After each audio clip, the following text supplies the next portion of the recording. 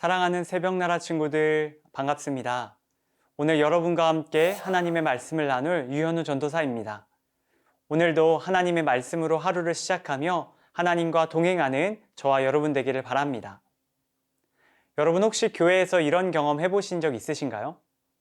교회에서 만난 사람이 나와 너무 다른 사람이라고 느껴지는 경우요. 또는 나와 너무 나이 차이가 많이 나서 어떻게 대해야 할지 몰라 어려웠던 적이 혹시 있지는 않으셨나요? 우리는 교회 안에서 다양한 사람들과 좋은 관계를 맺으며 지내야 합니다. 이를 위해서 우리는 어떻게 해야 할까요? 오늘 우리가 함께 나눌 성경 속에는 그 비밀이 담겨 있습니다. 오늘 함께 말씀을 통해서 그 비밀을 알아보기를 원합니다. 오늘 말씀의 제목은 우린 가족이니까입니다. 오늘의 말씀은 디모데전서 5장 1절에서 16절입니다. 너는 나이가 많은 남자를 꾸짖지 말고 아버지에게 하듯 권면하여라. 청년들에게는 형제들을 대하듯이 권면하여라. 나이 많은 여자들에게는 어머니를 대하듯이 권면하고 젊은 여자들에게는 자매를 대하듯이 오직 순수함으로 권면하여라. 참 과부인 과부를 존대하여라. 그러나 어떤 과부에게 자녀나 손자가 있다면 그들로 하여금 먼저 자기 집에서 신앙적 의무를 다하는 것과 부모에게 보답하는 것을 배우게 하여라. 이것이 하나님께서 원하시는 일이다. 참 과부로서 외로운 사람은 자기의 소망을 하나님께 두고 밤낮으로 기도와 간구에 전념한다. 향락을 좋아하는 여자는 살아있으나 죽은 것이다. 또한 너는 이것들을 명령해서 그들로 비난받는 일이 없도록 하여라. 누구든지 자기 친척, 특히 자기 가족을 돌보지 않는 사람은 믿음을 저버린 사람이요 믿지 않는 사람보다 더 악한 사람이다. 과부로 명부에 올릴 사람은 60세 이상이어야 하고 한 남편의 아내였던 사람이어야 한다. 또 그는 선한 행실들로 인정을 받는 사람이어야 한다. 곧 자녀를 잘 부양했든지 나그네를 잘 대접했든지 성도들의 발을 씻겼든지 환난당한 사람들을 구제했든지 모든 선한 일에 헌신한 사람이어야 한다. 그러나 젊은 과부는 거절하여라. 이는 그들이 그리스도를 거슬러 정욕에 사로잡히게 되면 결혼하고 싶어 할 것이고 그럴 경우 처음 믿음을 저버렸기 때문에 심판을 받게 될 것이다. 또한 그들은 이 집 저 집 돌아다니며 게으름을 배우고 게으를 뿐 아니라 수다를 떨며 남의 일을 참견하고 마땅히 해서는 안 될 말을 할 것이다. 그러므로 나는 젊은 과부들은 결혼해서 아이를 낳고 집안일을 돌봄으로 대적자에게 비난할 기회를 아예 주지 않기를 바란다. 실제로 어떤 사람들은 이미 떠나 사탄에게로 갔다. 만일 믿는 여자에게 과부 친척이 있다면 자기가 그 과부를 도와주고 교회에 부담을 주지 않도록 하여라. 이는 교회가 참 과부를 도와주도록 하기 위한 것이다.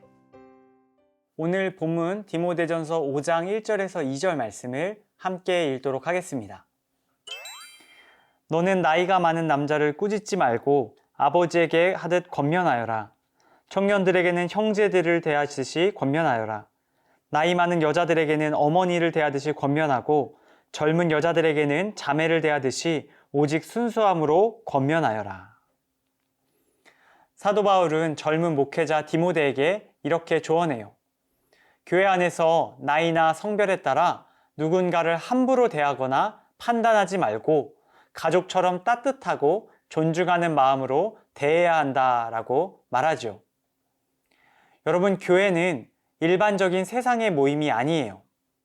교회는 하나님께서 한 사람 한 사람을 특별히 불러주시고 그 불러주신 사람들이 함께 모여 가족을 이루게 하신 모임입니다. 우리는 예수님 안에서 남녀노소 모든 것을 뛰어넘어 한 가족이 되었습니다. 가족은 서로를 배려하며 존중하는 공동체예요. 교회 역시 마찬가지죠. 어른들에게는 마땅히 공경함으로, 친구들에게는 배려와 사랑으로 대해야 합니다. 때로 갈등이 생겨도 가족처럼 끝까지 이해하고 품어주는 것이 바로 하나님께서 바라시는 모습입니다. 여러분 기억할 수 있길 바랍니다. 교회는 하나님께서 특별히 맺어주신 가족 공동체입니다. 어떠한 상황 속에서도 서로 사랑하고 배려하며 하나 되기를 힘쓰기를 바랍니다.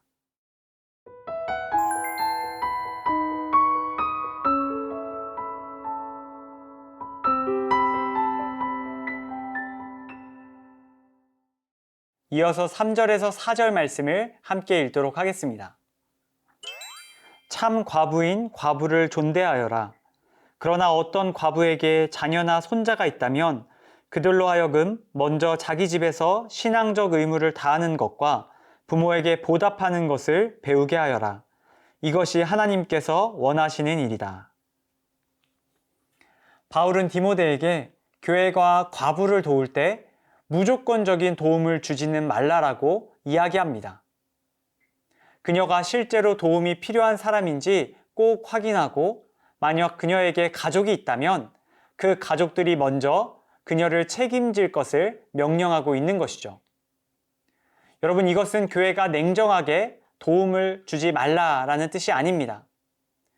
교회가 도울 수 있는 대상에게 집중하고 그 대상을 힘껏 돌보라는 지혜로운 원칙인 거예요.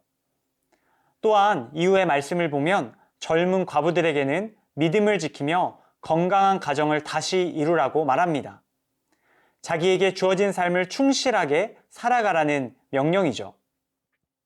여러분, 과부는 무조건적으로 교회에 의존하는 것이 아니라 자신에게 주어진 삶을 책임 있게 최선을 다해 살아가야 한다라고 말합니다.